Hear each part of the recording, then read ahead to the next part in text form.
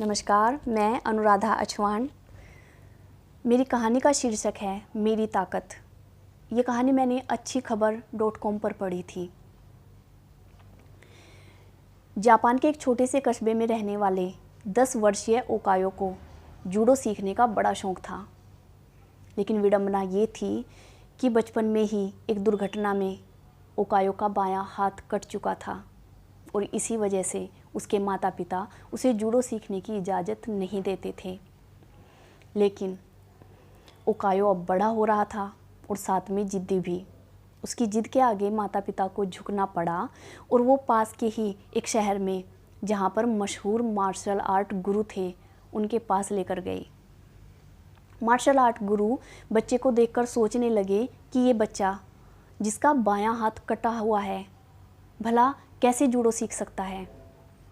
उन्होंने बच्चे से प्रश्न किया, आप अन्य बच्चों के साथ मुकाबला कैसे कर पाओगे? ये बताना तो आपका काम है। मुझे तो बस जूडो सीखना है और सेंसेई की उपाधि प्राप्त करनी है, ओकायो ने जवाब दिया।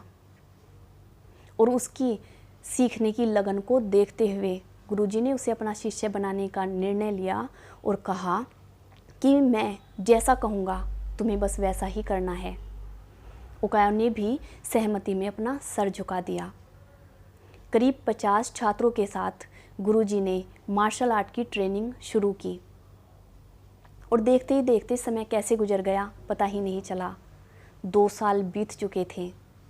एक दिन ओकायो अपनी किक पर अभ्यास कर रहा था कि उसे ये याद आया, उसका ध्यान इस तरफ गया कि सभी बच्चे वहाँ पर नए दाव पेंच, नई तकनीकें सीख रहे थे, लेकिन वो पिछले 2 साल से एक ही किक पर अभ्यास कर रहा है।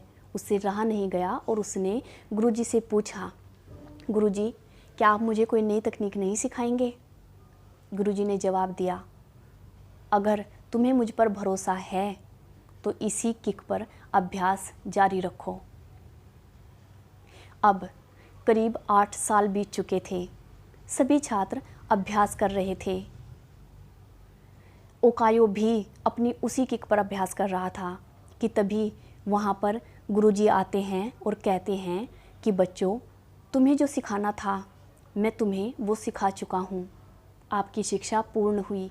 अब आपके बीच एक प्रतियोगिता का आयोजन कराया जाएगा।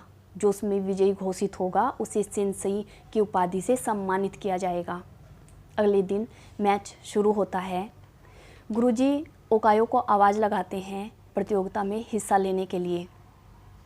ओकायो लड़ना शुरू करता है और देखते ही देखते वो अपने 2 मैच जीत जाता है। वो खुद हैरान है। तीसरा मैच शुरू होता है। इस बार थोड़े संघर्ष के साथ वो इस मैच को भी जीत लेता है। अब ओकायो फाइनल में पहुंच चुका है। इस बार उसका मुकाबला एक अत्यंत शक्तिशाली और अनुभवी खिलाड़ी से होना था। वहाँ पर बैठे दर्शकों को ये लग रहा था कि विरोधी ओकायो से ज़्यादा शक्तिशाली है और ओकायो उसके सामने टिक नहीं पाएगा, और हुआ भी ऐसा ही। वो खिलाड़ी ओकायो पर भारी पड़ रहा था।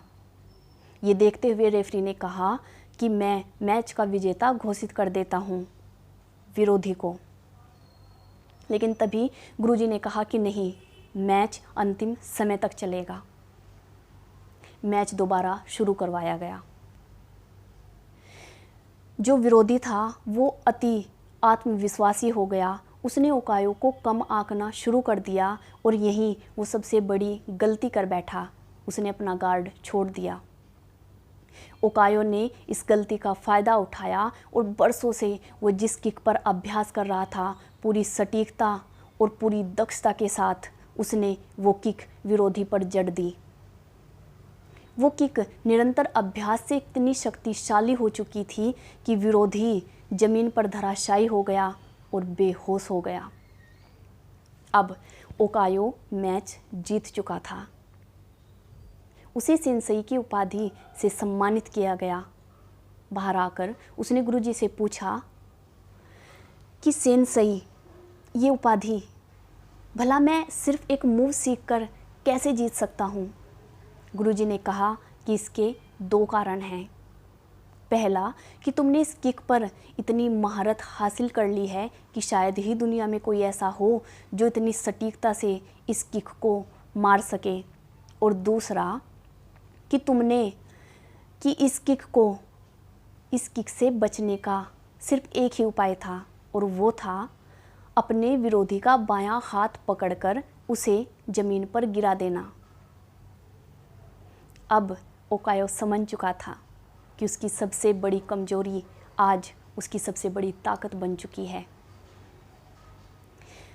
अंत में इसी कहानी से प्रेरित होकर मेरे द्वारा लिखी गई 4 पंक्तियाँ मैं आप सबको सुनाना चाहती हूँ। मुश्किल कोई भी हो तो कभी घबराना नहीं, मुकम्मल जहाँ में कुछ भी नहीं, गर्जोश मन में जुनून आँखों में है, तो फिर ऐसा क्या है जो मुमकिन तेरे लिए नहीं। धन्यवाद।